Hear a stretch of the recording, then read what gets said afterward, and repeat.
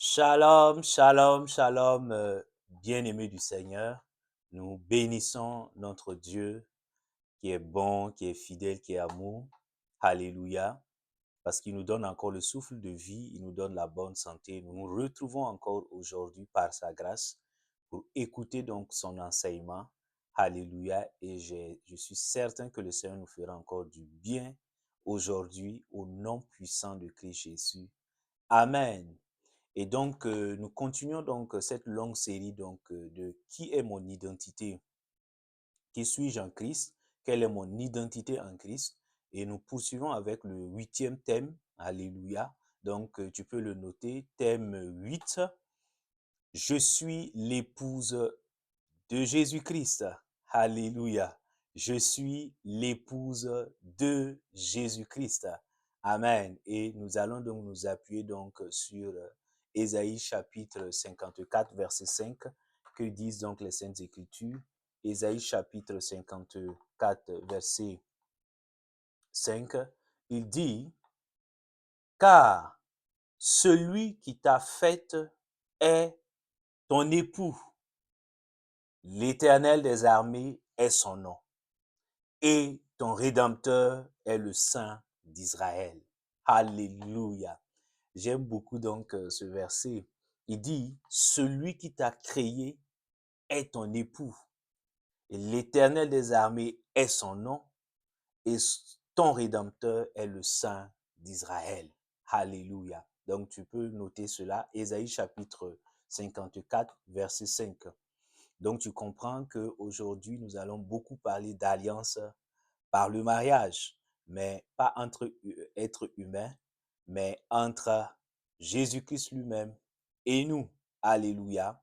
Et donc, premièrement, nous allons voir les différents fondements. Quels sont les fondements donc scripturaires, c'est-à-dire les fondements, donc quand on regarde la parole de Dieu, des Saintes Écritures, là, quels sont les fondements qui montrent que toi et moi, nous sommes dans une alliance de mariage avec Christ. Deuxièmement, nous allons voir quels sont justement les avantages qui sont liés à la prise de conscience donc de notre identité d'épouse de Christ. Et enfin, nous verrons par la grâce du Saint-Esprit quels sont justement également les devoirs, les responsabilités, les exigences qui sont également attachées à notre identité d'épouse de Christ. Amen. Et donc, tu peux le noter, le premier point, la première idée, quels sont les éléments de la parole de Dieu qui prouvent que nous sommes épouses de Christ. Alors, quand je dis nous, ce n'est pas collectif, c'est toi personnellement, moi individuellement. Alléluia. Ça veut dire que c'est vrai, l'ensemble, le corps de Christ, l'Église est l'épouse de Christ. Il n'y a aucun doute là-dessus. Alléluia. Les Saintes Écritures le déclarent clairement. Mais maintenant, au sein de l'Église, chacun est membre du corps. Et donc, chaque membre également est épouse de Jésus-Christ de Nazareth. Est-ce que tu comprends? Donc, que tu sois, et cela n'est pas lié au genre, au sexe. Non, que tu sois un homme, que tu sois une femme, alléluia, dès que tu as décidé de recevoir Christ comme ton sauveur et Seigneur, tu deviens donc épouse de Jésus-Christ de Nazareth. Tu le deviens. Maintenant, après, il faut que tu actives, alléluia, cette dimension, que tu entres pleinement dans cette dimension. Et c'est ce que nous allons voir aujourd'hui par la grâce du Saint-Esprit. Amen. Et donc, quels sont donc les différents éléments de la parole de Dieu qui confirment, qui prouvent que toi et moi, nous sommes épouses de Christ. Alléluia. Donc déjà, nous venons donc de lire Ésaïe, donc c'est le premier verset, Ésaïe chapitre 54, verset 5. Tu l'as vu bel et bien, où c'est Dieu lui-même qui déclare, Alléluia, qu'il est notre époux. Alléluia. Donc, qu'il est notre époux, qu'il est ton époux, qu'il est mon époux, et que toi et moi, nous sommes son épouse. Alléluia. Est-ce que tu comprends? Donc, nous sommes dans une alliance de mariage. Alléluia. C'est une dimension supérieure. C'est bien d'être enfant de Dieu. C'est bien d'être fils de Dieu. C'est bien. Alléluia. Mais c'est encore mieux d'atteindre cette dimension supérieure d'épouse de Christ. Je prie qu'il en soit ainsi dans ta vie et dans ma vie au nom de Jésus, que nous puissions activer et entrer pleinement dans cette dimension d'épouse de Christ au nom puissant de Christ Jésus. Amen. Et le deuxième verset, c'est dans l'Ancien Testament, nous voyons cela. Osée chapitre 2, verset 21 à 22. Qu'est-ce qu'il dit? Il dit, je te fiancerai à moi pour toujours. C'est Dieu qui parle. Je te fiancerai à moi pour toujours. Je te fiancerai à moi avec justice et droit, loyauté et compassion. Je te fiancerai à moi avec fidélité et tu reconnaîtras l'Éternel. Alléluia. Tu vois encore, là c'est un deuxième verset dans l'Ancien Testament, dans le livre donc, du prophète Osée, qui montre où Dieu affirme clairement que toi et moi, nous sommes, alléluia, nous sommes dans une relation donc de mariage, dans une relation donc d'alliance de mariage. Quelle bonne nouvelle, quelle grande et quelle grande bénédiction. Alléluia. Nous ne sommes pas seulement que fils, nous sommes également épouses du Dieu vivant. Waouh! Gloire au Seigneur Jésus-Christ de Nazareth. Regarde. Et dans le Nouveau Testament également, Jésus va utiliser principalement deux paraboles pour nous expliquer. Il y en a plusieurs, mais je te cite les deux pour nous montrer que nous sommes également dans cette relation-là d'épouse de Christ. Alléluia. Et le premier verset, c'est Matthieu, donc la première parabole est située, se trouve dans Matthieu chapitre 22 là, à partir donc du verset 1 à 14. Nous n'allons pas le lire, il est un peu long, mais tu peux, ça concerne justement la parabole donc des noces. Des noces, il dit, le royaume, Jésus leur parla de nouveau en parabole et dit, le royaume des cieux est semblable à un roi qui fit des noces pour son fils. Tu comprends? Il est en train donc de faire une analogie ici pour montrer à quoi ressemble le royaume de Dieu. Tu vois? Donc, il dit, le royaume des cieux est semblable à un roi, Dieu le Père, qui fit des noces pour son fils, Christ Jésus. Tu vois? Et l'épouse, c'est nous. Tu comprends? L'épouse, ce sont ceux qui ont reçu Christ, ceux et celles qui ont reçu Christ comme leur sauveur et comme leur Seigneur personnel. Alléluia. Et ça, c'est la première. Donc, il donne la parabole là pour, alléluia, pour attirer notre attention que nous sommes dans une alliance de mariage avec lui. La deuxième parabole, c'est dans Matthieu chapitre 25 là, verset 1 à 13. Lui aussi, il est long. Nous n'allons pas le lire, mais tu peux prendre le temps pour l'étudier, pour méditer. Alléluia, afin d'avoir la révélation de la parole. Et ça concerne justement donc la parabole des 10 vierges, où justement, tu vois, Jésus encore reprend. Il dit, alors, le royaume des cieux sera semblable à 10 vierges, alléluia, qui prirent leur lampe pour aller à la rencontre de l'époux. Tu comprends? Donc, il fait encore une même analogie ici où les 10 vierges, ce sont nous, nous qui avons reçu Christ comme notre sauveur et notre Seigneur personnel. Et l'époux, c'est bel et bien sa personne, Jésus-Christ de Nazareth. Est-ce que tu comprends? Voilà. Donc, nous pourrons revenir donc sur ces paraboles-là plus tard pour que tu comprennes. Donc, il y a beaucoup de versets comme ça dans la Bible qui parlent de mariage. Pas entre un homme et une femme, mais entre Christ lui-même, l'époux, et nous, son épouse. Alléluia. Plus tard, l'apôtre Paul va attirer l'attention des Corinthiens sur cette relation qu'ils ont. Alléluia. Il dit, je vous ai fiancé à Christ, votre époux. Dans 1 Corinthiens, nous reviendrons là-dessus plus tard. Amen. Je prie dans le nom de Jésus que tu prennes conscience que tu n'es pas simplement disciple de Christ, que tu n'es pas simplement enfant de Dieu, que tu n'es pas simplement serviteur de Christ, servant de Christ, mais que tu es l'épouse de Jésus-Christ de Nazareth et que tu puisses marcher d'une vocation, d'une manière digne de cette vocation, de cette identité d'épouse de Christ. Amen. Deuxième point central, quels sont les avantages qui sont liés à ton identité donc d'épouse de Christ, à mon identité d'épouse de Christ? Alors le premier point, et tu peux le noter, le premier élément, c'est que je suis une épouse sauvée est juste. Alléluia. Et nous pouvons donc le lire dans Ésaïe chapitre 61, là, verset 10. Que dit la parole de Dieu? Je lis rapidement pour que tu comprennes. Donc, je suis une épouse qui fait quoi? Qui bénéficie du salut et de la justice de Christ, mon époux. Est-ce que tu comprends? Il dit, Ésaïe chapitre 61, verset 10, il dit, ça c'est l'épouse qui parle, il dit, je me réjouirai pleinement en l'Éternel. Mon âme sera ravie d'allégresse en mon Dieu, car il m'a revêtu des vêtements du salut, tu vois. Il m'a couvert du manteau de la justice, comme le fiancé, tu vois, comme le fiancé sonne d'une parure tel un sacrificateur, comme la fiancée se pare de ses atours. Alléluia. Tu vois, il y a encore une analogie ici. Donc, je suis revêtu comme une fiancée. Fiancée de qui? Fiancée de Christ. Est-ce que tu comprends? Et je suis revêtu de quoi? Du salut, des vêtements du salut et de la justice. Autrement dit, en tant qu'épouse, le premier avantage que j'ai, c'est celui d'être sauvé. J'ai la vie éternelle. Après mon pèlerinage terrestre là, je vais passer l'éternité avec mon époux, Christ Jésus. Waouh, quelle bonne nouvelle. Donc, je n'ai pas à m'inquiéter, alléluia, de mon avenir. Je n'ai pas à m'inquiéter de mon avenir après mon séjour terrestre. Mon avenir est certain. Je le passerai dans la joie.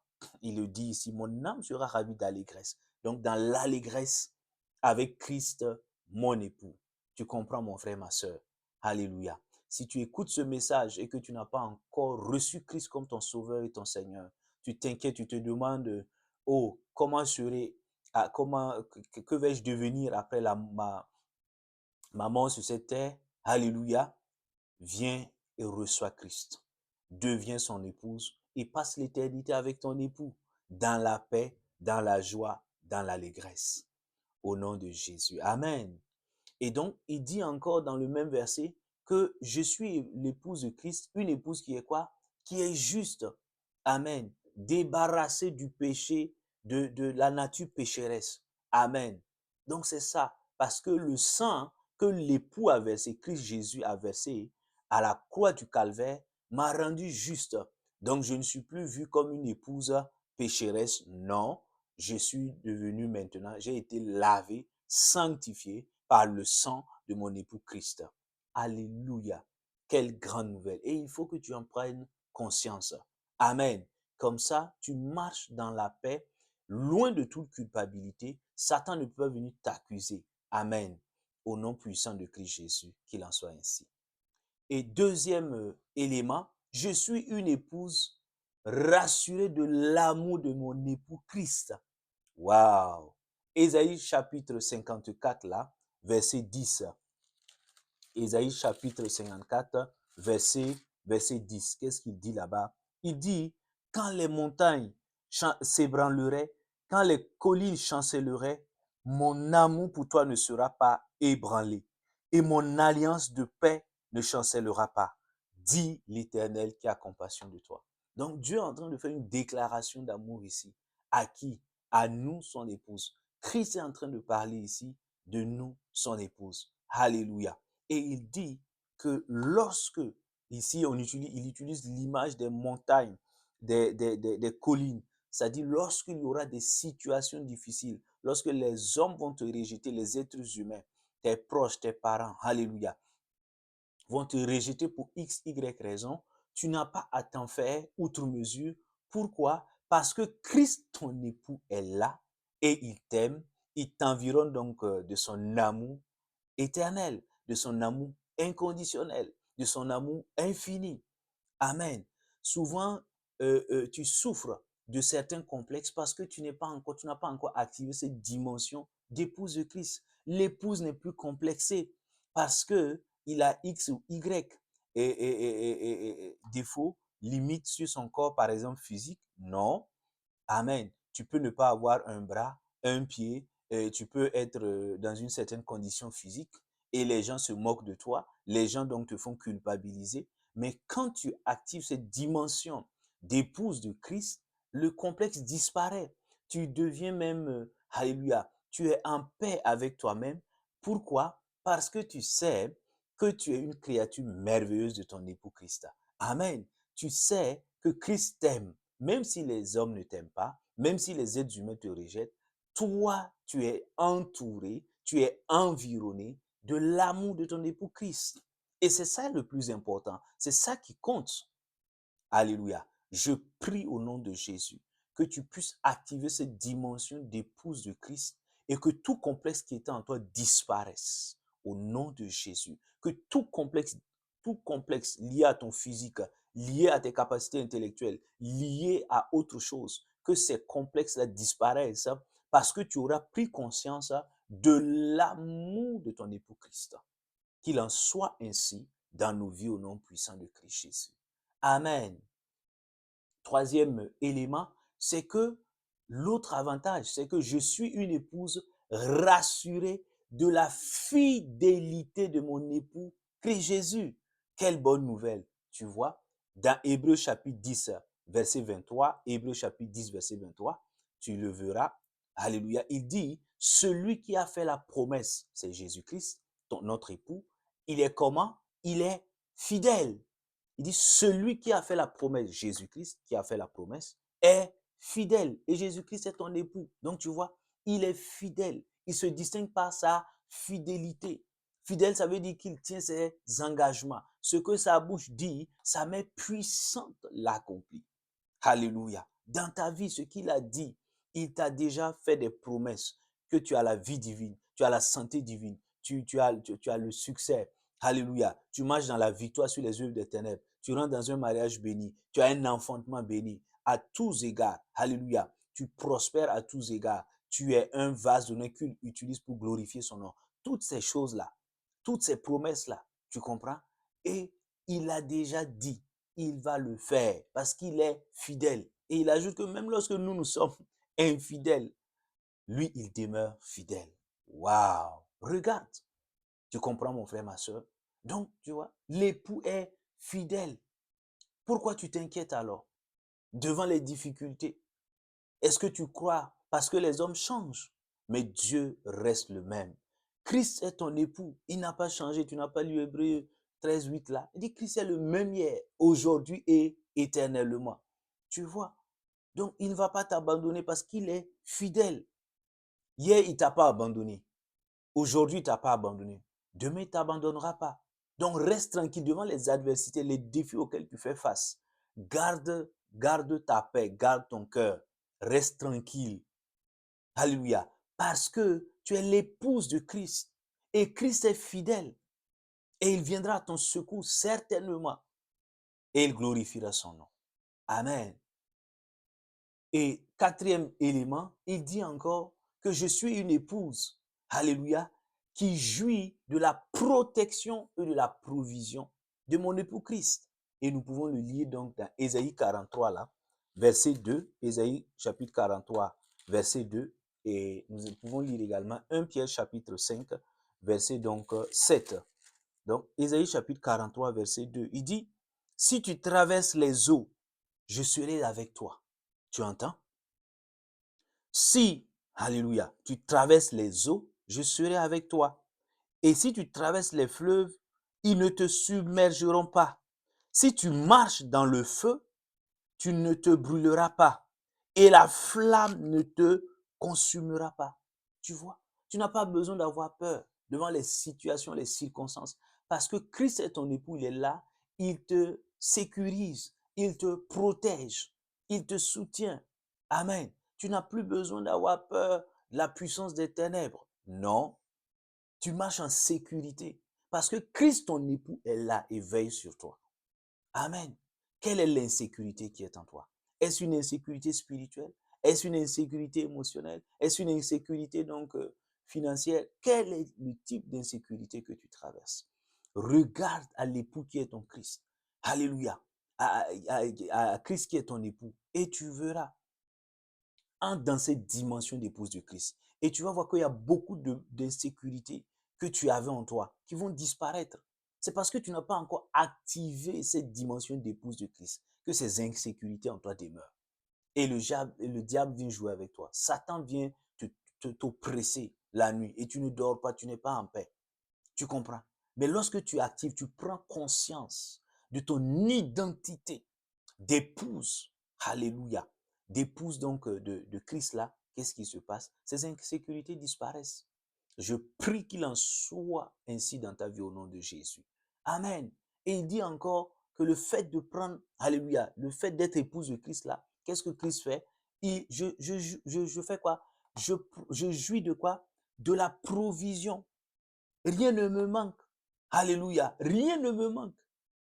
Il dit 1 Pierre chapitre 5 verset 7. Il dit déchargez-vous sur Christ votre époux. Pourquoi? Parce que lui-même prend soin de vous. Lui-même prend soin de vous à tous égards. Christ prend soin de son épouse. Quel est ce mari? Alléluia. Regarde. Si nous, un être humain, on sait prendre soin de nos époux, de nos épouses, pourquoi Christ, qui est l'époux parfait, ne prendra pas soin de toi qui es son épouse? Regarde. Est-ce que tu comprends? Il va prendre soin de toi à tous égards. Prendra soin de toi. Ne t'inquiète pas pour ces ressources financières dont tu as besoin, les ressources émotionnelles, les ressources spirituelles. Ne t'inquiète pas parce que ton époux est là.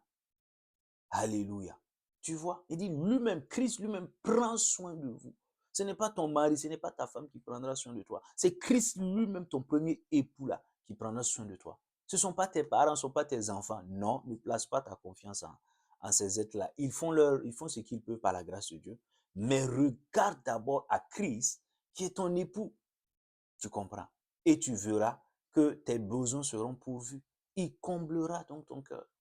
Alléluia. Je prie qu'il en soit ainsi, que tu reçoives la révélation, que tu entres dans cette dimension d'épouse de Christ au nom de Jésus. Amen. Et il dit également, alléluia, que, gloire au Seigneur, il dit encore que je suis, cinquième élément, je suis une épouse remplie de paix. Alléluia. Proverbe, et nous voyons cela donc dans Proverbe chapitre 31 là, Proverbe chapitre 31, verset donc 25. Qu'est-ce qu'il dit? Il dit, Proverbe chapitre 31, verset 25, il dit, la femme vertueuse est revêtue de force et de dignité. Elle se rit de l'avenir. C'est le petit B là qui m'intéresse. Elle se rit de l'avenir. Ici, l'image de la femme vertueuse, il ne faut pas avoir une lecture littérale. Alléluia. Une lecture littérale donc de la femme vertueuse parce que, alléluia, au-delà donc de la femme être humain physique, il faut voir la relation entre cette femme-là représente l'épouse également de Christ, d'un point de vue symbolique, d'un point de vue allégorique. Amen. Quand on médite la parole de Dieu, il faut ouvrir, demande au Saint-Esprit d'ouvrir ton cœur pour que tu reçoives la révélation, le réma, la parole révélée. Est-ce que tu comprends? Donc, au-delà, ne lis pas simplement en disant oui, ça concerne des êtres humains. Oui, ça concerne, mais au-delà, l'image de la femme vertueuse également correspond à l'épouse de Christ que nous sommes. Est-ce que tu comprends, mon frère, ma soeur? Donc, il dit cette femme vertueuse qui est l'épouse de Christ ici, là, alléluia, qu'est-ce qu'elle fait? Elle se rit de l'avenir. Pourquoi? Parce que elle est en paix, elle est remplie de paix, elle ne s'inquiète plus pour son avenir. Alléluia. Quand tu ne rentres pas dans cette dimension d'épouse de Christ, tu passes le temps à t'angoisser, à te stresser, à penser à tout. Comment ceci va se faire? Comment cela va se faire? Tu es toujours angoissé et tu perds le sommeil. Tu es toujours irrité, nerveux, nerveuse, en colère. Tu cherches toujours à contrôler les choses. Non, mais quand tu rentres dans la dimension d'épouse de Christ, tu sais que ton époux Christ est là, qu'il t'aime, alléluia, qu'il prend soin de toi et qu'il t'a sécurisé. Et donc tu es là, il dit, la femme l'a fait quoi? Elle se rit, elle se moque du futur. Parce qu'elle sait, elle est consciente de Jérémie 29, 11. Là où l'époux dit, j'ai des projets de paix et de bonheur pour toi. Le futur là est rempli de paix et de bonheur. Et il précise, l'époux dit, et non de malheur. Est-ce que tu comprends? Est-ce que tu as conscience que l'époux Christ, malgré, alléluia, c'est pas parce que le présent est difficile que tu dois t'inquiéter pour l'avenir. Pourquoi? Parce que l'avenir est entre les mains de ton époux. Et c'est un avenir qui est déjà radieux. Il a déjà dit dans sa parole, et tu l'as vu, ton époux est fidèle. Jérémie 29, verset 11. Il a des projets de paix et de bonheur pour toi, son épouse. Alléluia. Donc, tu dois considérer cela et arrêter de t'inquiéter. Lorsque tu prends conscience de cette dimension d'épouse de Christ là, tu vas voir, les inquiétudes vont partir d'elles-mêmes. Les angoisses vont partir d'elles-mêmes. Le stress qui était là, qui te donnait donc des problèmes de santé, le stress va partir. Et tu vas retrouver la santé, tu vas retrouver la paix intérieure. Alléluia. Je prie que tu prennes conscience de cette dimension d'épouse de Christ qui est en toi, au nom puissant de Christ Jésus. Et que tu reçoives la paix de l'époux Christ. Que tu reçoives la paix de l'époux Christ, au nom puissant de Christ Jésus. Amen. Et il dit encore, sixième élément, que lorsque nous activons, nous rentrons dans cette dimension d'épouse de Christ, qu'est-ce qui se passe? Nous recevons, alléluia, nous sommes une épouse remplie de la sagesse divine. Alléluia, waouh. Et nous le lisons dans Proverbe chapitre 31 là, verset 26. Il dit, la femme vertueuse ouvre la bouche avec sagesse, tu vois, et un enseignement bienveillant est sur sa langue. Alléluia. Tu comprends, mon frère, ma soeur? Est-ce que tu comprends? Amen. Donc, il dit ceci. Donc, lorsque tu actives cette dimension d'épouse de Christ, qu'est-ce qui se passe? Ce qui se passe, alléluia, c'est que tu reçois, tu marches dans la sagesse divine. En tant qu'épouse, ça veut dire que tu es capable de prendre des bonnes décisions. Amen. Concernant tous les aspects de ta vie, concernant tous les aspects de ta vie, pour le travail, pour le mariage, pour le ministère, pour n'importe quel aspect, la sagesse de Dieu qui est en toi, la sagesse de ton époux Christ qui est en toi, t'éclaire et te donne de prendre les meilleures décisions. Amen. C'est ça. Il dit, et cette sagesse-là est dans sa bouche. Lorsque les gens ont besoin de solutions, ils courent vers toi. Parce qu'ils savent que s'ils viennent vers toi, tu vas leur, alléluia, tu as l'esprit de Christ en toi, qui est l'esprit de sagesse. Et cet esprit de sagesse-là va te donner donc la solution et tu vas apporter ces solutions-là à ces personnes-là qui font recours à toi. Est-ce que tu comprends? Amen. Et donc, tu vas voir que même quand le diable va te poser des pièges, tu ne vas pas tomber dans ces pièges-là parce que l'esprit de Christ, ton époux qui est en toi là, va te conduire et va te dire, attention, ici, il y a un guet-apens. Attention, à droite, il y a un piège. Fais ceci, fais cela. Et tu verras, tu vas voir la victoire. Amen. Mais lorsque tu ne rentres pas dans cette dimension-là, tu es en train de faire des combats. Tu fais souvent des combats inutiles. Et tu prends des mauvaises décisions qui auront des conséquences lourdes après dans ta vie. Et tu ne comprends pas, tu es frustré. Parce que tu n'as pas encore activé cette dimension d'épouse de Christ. Alléluia. L'épouse de Christ reçoit les conseils de son époux. Alléluia. Amen. De son époux Christ, qui est en lui par son esprit, le Saint-Esprit. Est-ce que tu comprends? C'est ça, mon frère, ma soeur. Je prie qu'il en soit ainsi dans ta vie, que tu actives cette dimension d'épouse de Christ afin de recevoir, d'être rempli de la sagesse divine, afin de prendre les meilleures décisions dans les différentes dimensions de ta vie, au nom puissant de Christ Jésus. Amen. Et il dit encore, alléluia, que lorsque nous rentrons donc dans cette dimension donc d'épouse de Christ là, qu'est-ce qui se passe? Ce qui se passe, c'est que tu es une épouse qui fait quoi? Qui jouit de l'honneur que procure son époux Christ. Alléluia. Tu jouis de l'honneur. Et nous le voyons donc clairement dans Proverbe chapitre 31, verset 28. Qu'est-ce qu'il dit? Il dit, les fils de la femme vertueuse se lèvent et la disent heureuse. Son mari se lève et lui donne des louanges. Alléluia. Tu es l'épouse de Christ. Amen. Et les gens vont te rejeter, les hommes, parce que tu es attaché à Christ. Les hommes qui n'ont pas la révélation, qui n'ont pas le salut, alléluia, qui n'ont aucune intimité, relation avec le Seigneur, ils vont te rejeter. Alléluia. Mais qu'est-ce qui va se passer? Les gens vont chercher à t'humilier, à te déshonorer. Alléluia. Mais le Seigneur Jésus-Christ qui est ton époux, qu'est-ce qu'il va faire? Il va t'honorer. Et ces gens seront choqués. Mais qu'est-ce qui se passe? Nous avons fait tout pour déshonorer, donc pour te déshonorer. Et paradoxalement, contre toute attente, on voit que maintenant, tu es revêtu de parure, tu es revêtu de gloire, tu es revêtu d'honneur. Et on ne comprend pas. Parce que ton époux va t'honorer. Parce que tu es son épouse. Est-ce que tu comprends? Donc, Ne t'en fais pas. Si les hommes te méprisent, si les êtres humains te rejettent, tes proches, etc., concentre-toi, sois focus sur ton identité d'épouse de Christ. Prends-en conscience. Alléluia. Parce que si tu es réellement l'épouse de Christ, mais il va t'honorer. Alléluia. L'époux honore toujours son épouse. Il en est ainsi. Alléluia. Et les gens seront choqués, ils seront choqués de voir comment Christ, ton époux, va t'honorer dans les différentes dimensions, dans les différents aspects de ta vie. Alléluia. Donc ne t'attarde pas, ne mets pas trop, oui, on me déteste, oui, on me rejette dans mon travail et dans le ministère, etc. Non, prends simplement conscience de ton identité d'épouse de Christ. Amen. Et tu verras que l'honneur que Dieu, alléluia, il y a un honneur que Dieu va te donner et les gens seront choqués et tu vas continuer d'avancer. Alléluia. Pour la gloire du Seigneur. Amen.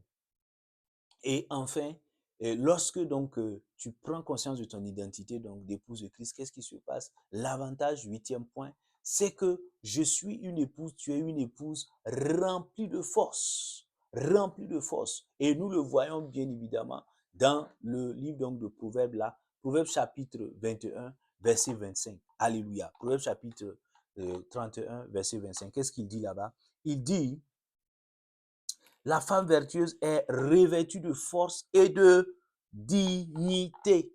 Elle est revêtue de force et de dignité. Tu vois, mon frère, ma soeur, est-ce que tu vois? Donc, lorsque, amen, les événements, les situations vont venir pour t'affaiblir, pour que donc tu perdes, pour que tu rentres dans des temps, des moments, des saisons de faiblesse, non, tu n'as pas donc à t'en faire, tu n'as pas à aller chercher la force ailleurs.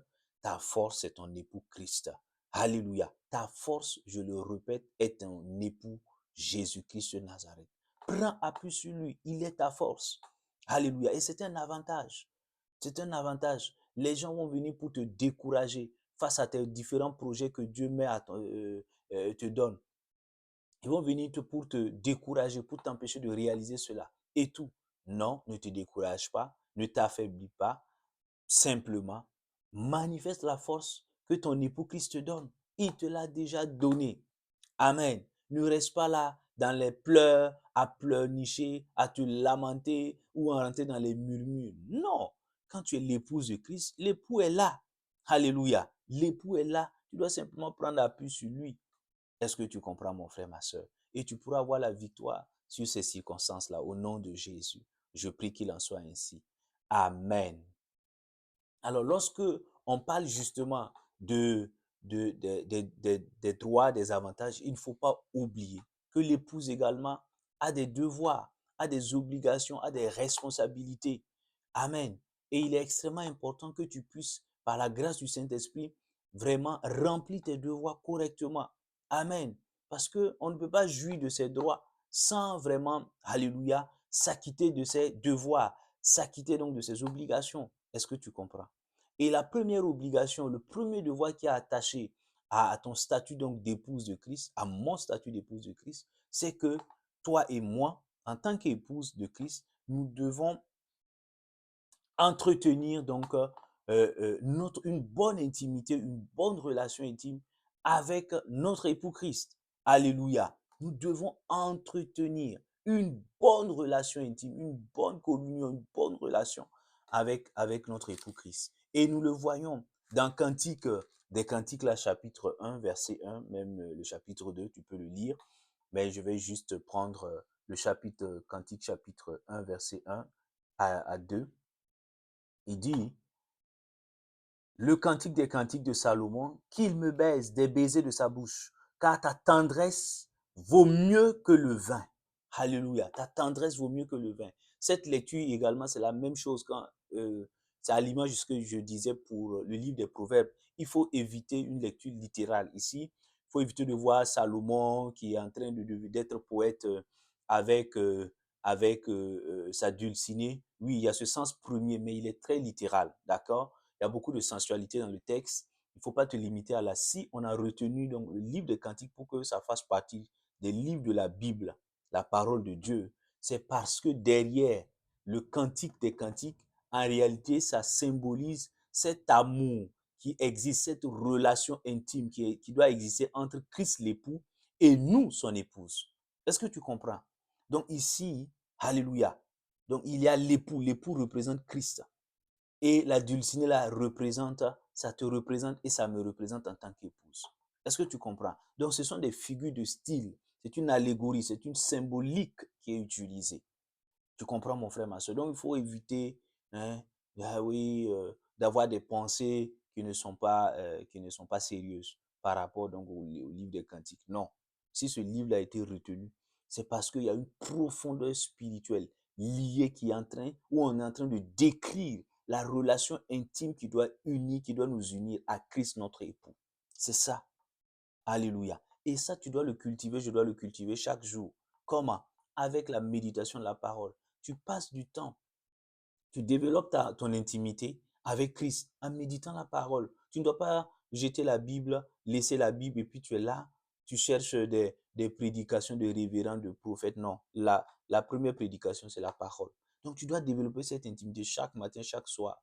Tu es là avec ta parole. Alléluia. La parole de Dieu. Tu prends, tu la médites. C'est comme ça que tu développes pardon, ton intimité avec, avec Jésus-Christ de Nazareth.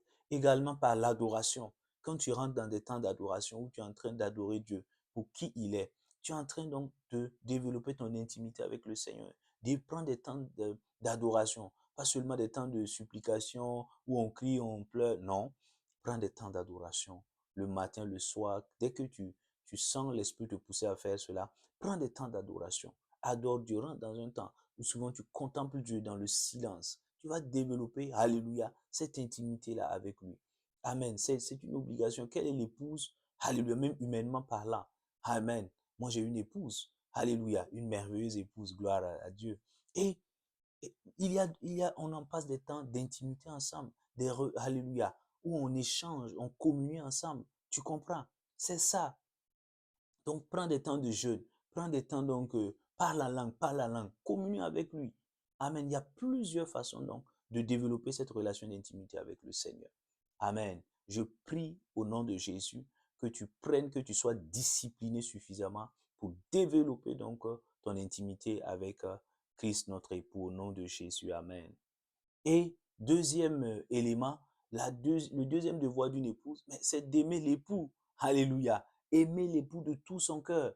Tu vois? Donc, Matthieu chapitre 22, 37. Jésus dit là-bas, tu aimeras le Seigneur de tout ton cœur, de toute ta pensée, de toute ton âme. Tu aimeras le Seigneur. Tu vois, c'est un amour exclusif. Amen. L'amour exclusif. Nous sommes l'épouse de Christ. Nous devons aimer Christ. L'amour de l'argent ne peut pas, alléluia, être au-dessus de l'amour que nous avons pour Christ. L'amour des grâces, des bénédictions, nous aimons ceci, nous aimons cela. Les choses que Dieu donne là, nous ne pouvons pas les aimer plus que Christ notre époux. Non. Alléluia. Nous ne pouvons pas aimer les choses du monde, la convoitise des yeux, la convoitise de la chair, plus que, alléluia, Christ notre époux. Regarde ta vie.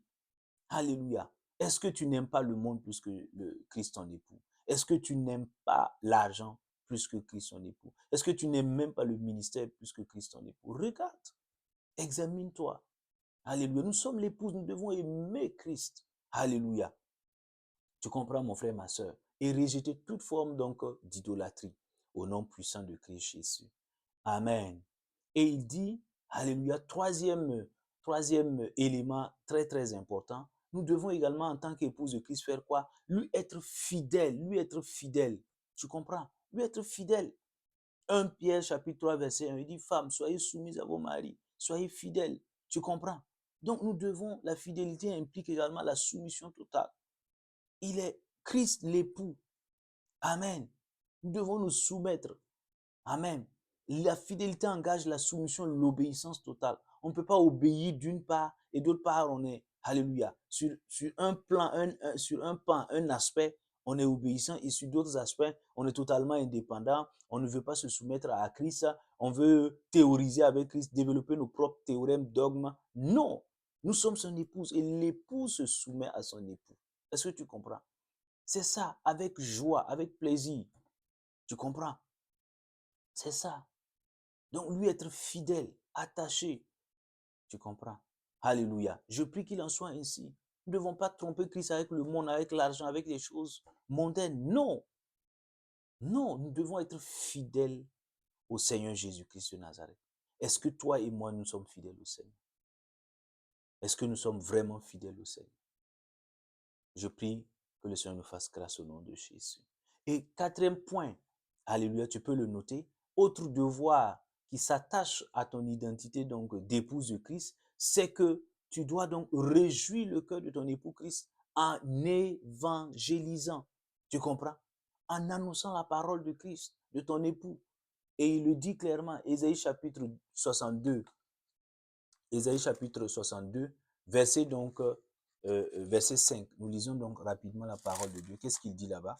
Il dit, comme un jeune homme devient l'époux d'une vierge, ainsi tes fils deviendront pour toi comme des époux. Et comme la fiancée fait la joie de son fiancé, ainsi tu feras la joie de ton Dieu. Alléluia. Ainsi tu feras la joie de ton Dieu.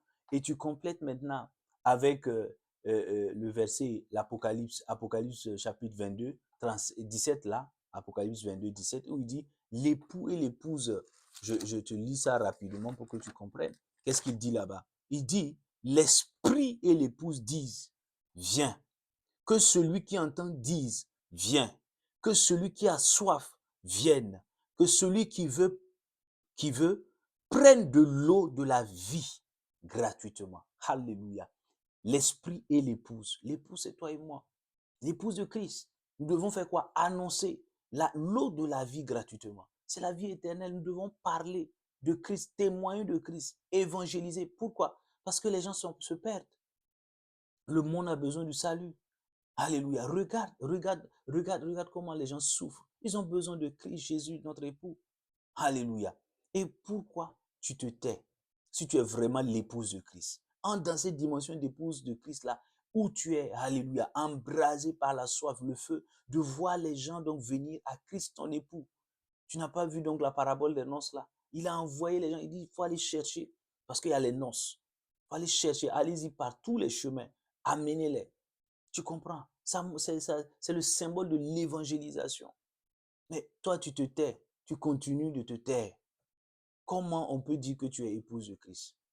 Alléluia. Je prie que tu puisses réjouir le cœur de Papa bon Dieu en témoignant de Christ quotidiennement. Alléluia. Au nom de Jésus, en parlant de ton époux Christ, au nom de Jésus, par la puissance du Saint-Esprit. Amen. Et autre élément, il dit encore, l'épouse doit marcher quoi? Dans la sanctification. L'épouse doit marcher dans la sanctification. Pourquoi? Parce que l'époux est saint. L'époux est saint. Alléluia. Et les anges dans le ciel lui disent, saint, saint, saint, saint. Alléluia. L'époux est saint. Tu comprends? Et nous pouvons le lire dans 2 Corinthiens là. 2 Corinthiens chapitre 11, verset 2. Qu'est-ce que Paul dit là-bas donc aux chrétiens donc, de Corinthe? Il dit, car je suis jaloux à votre sujet d'une jalousie de Dieu, parce que je vous ai fiancé à un seul époux. Tu entends? Pour vous présenter au Christ comme une vierge pure, comme une vierge pure, tu vois, qui marche dans la sanctification.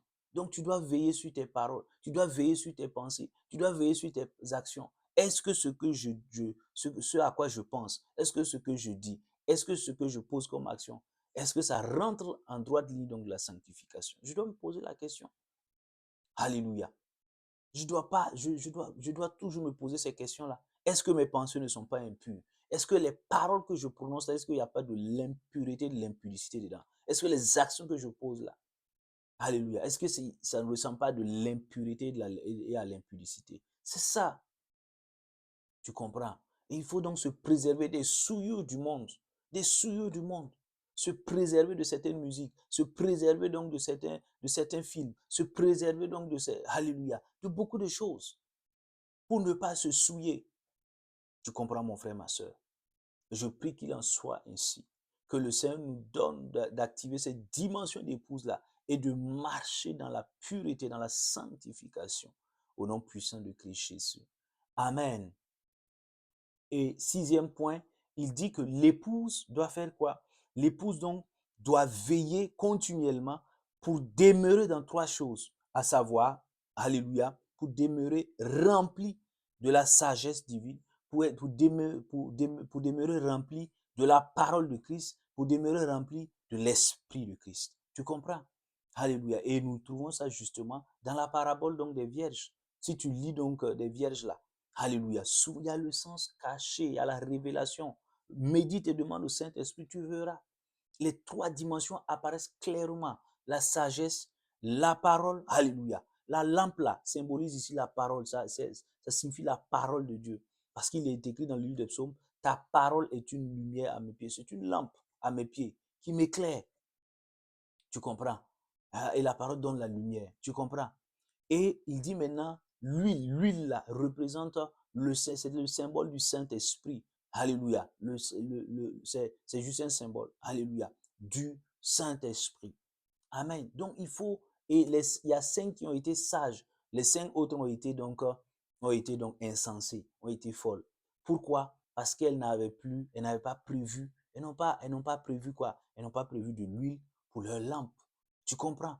Donc, cette parabole-là, Jésus, notre époux, nous la donne. Pourquoi? Pour que nous puissions, en tant qu'épouse nous-mêmes de Christ là, pour que nous puissions demeurer, nous puissions veiller, pour marcher dans la sagesse divine chaque jour, pour marcher en étant rempli de la parole de Christ, pour marcher en étant rempli du Saint-Esprit. Tu dois toujours prier ainsi en tant qu'épouse. Seigneur, aujourd'hui, remplis-moi de ta parole, que ta parole abonde. Et tu commences à méditer les Écritures. Et remplis-moi de ton esprit, que je sois encore rempli, que je sois encore rempli.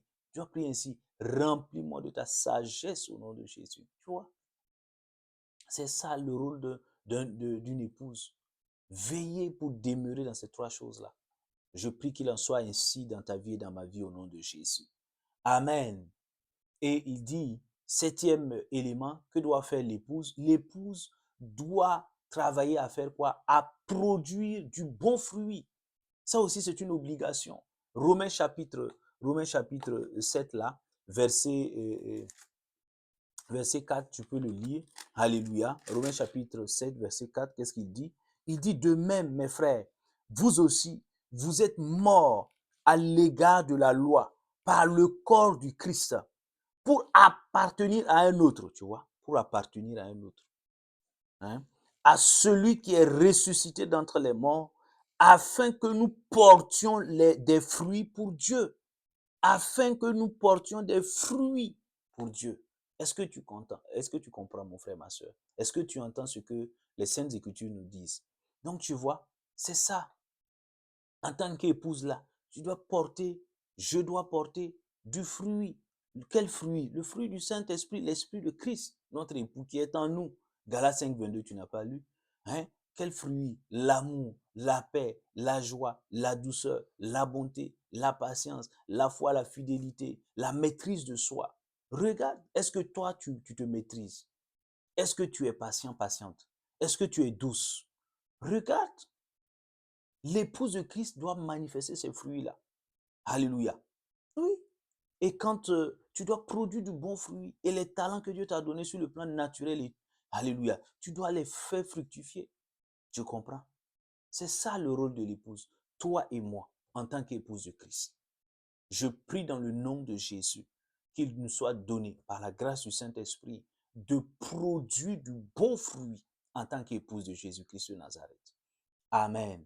Et enfin, pour terminer, que doit faire l'épouse de Jésus-Christ? L'épouse de Christ que nous sommes là, nous devons nous préparer à la deuxième venue, au retour de notre époux Jésus-Christ. Nous devons nous préparer. Alléluia. C'est ça. Apocalypse, verset 19 là, verset 7. Qu'est-ce qu'il dit là-bas? Apocalypse, verset 19 là, chapitre 19, pardon, verset 7. Il dit, réjouissons-nous, soyons dans l'allégresse et donnons-lui gloire, car les noces de l'agneau sont venues et son épouse s'est préparée. Tu entends? Son épouse a fait quoi? Son épouse s'est préparée. Les noces de l'agneau. Tu vois? Son épouse a fait quoi?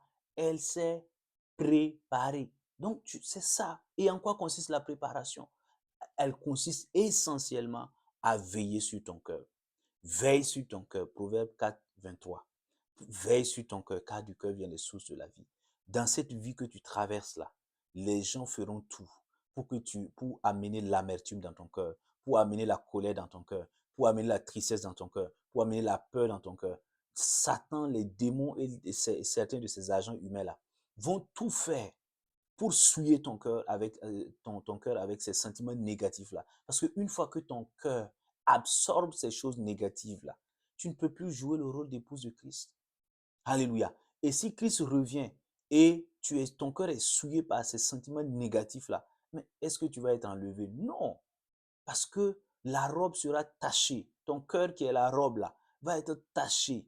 Alors que la robe doit être toute blanche. Est-ce que tu comprends? Non, ceux qui vont être enlevés là, c'est ceux qu'on va trouver, leurs vêtements seront tout blancs. Tout blanc, c'est les vêtements tout blancs représentent le cœur qui est pur, le cœur qui a rejeté donc la haine, qui a rejeté la jalousie, qui a rejeté l'amertume, qui a rejeté la peur, qui a rejeté la colère. Le cœur qui est pur, tu comprends? Donc veille. Donc tu te prépares chaque jour parce que tu ne connais ni l'heure ni le jour. En tant qu'épouse là, tu ne sais pas si aujourd'hui, en écoutant même ce message, Christ ne va pas revenir. Tu comprends? Donc, veille, prépare-toi. Il dit, et son époux s'est préparé, préparé pour accueillir l'époux. Parce que l'époux va revenir, Christ va revenir. Alléluia. Prends-en conscience, ce n'est pas du jeu, mon frère, ma soeur. Alléluia. Je prie dans le nom de Christ Jésus que tu puisses te préparer quotidiennement en veillant sur ton cœur au nom de Jésus-Christ de Nazareth.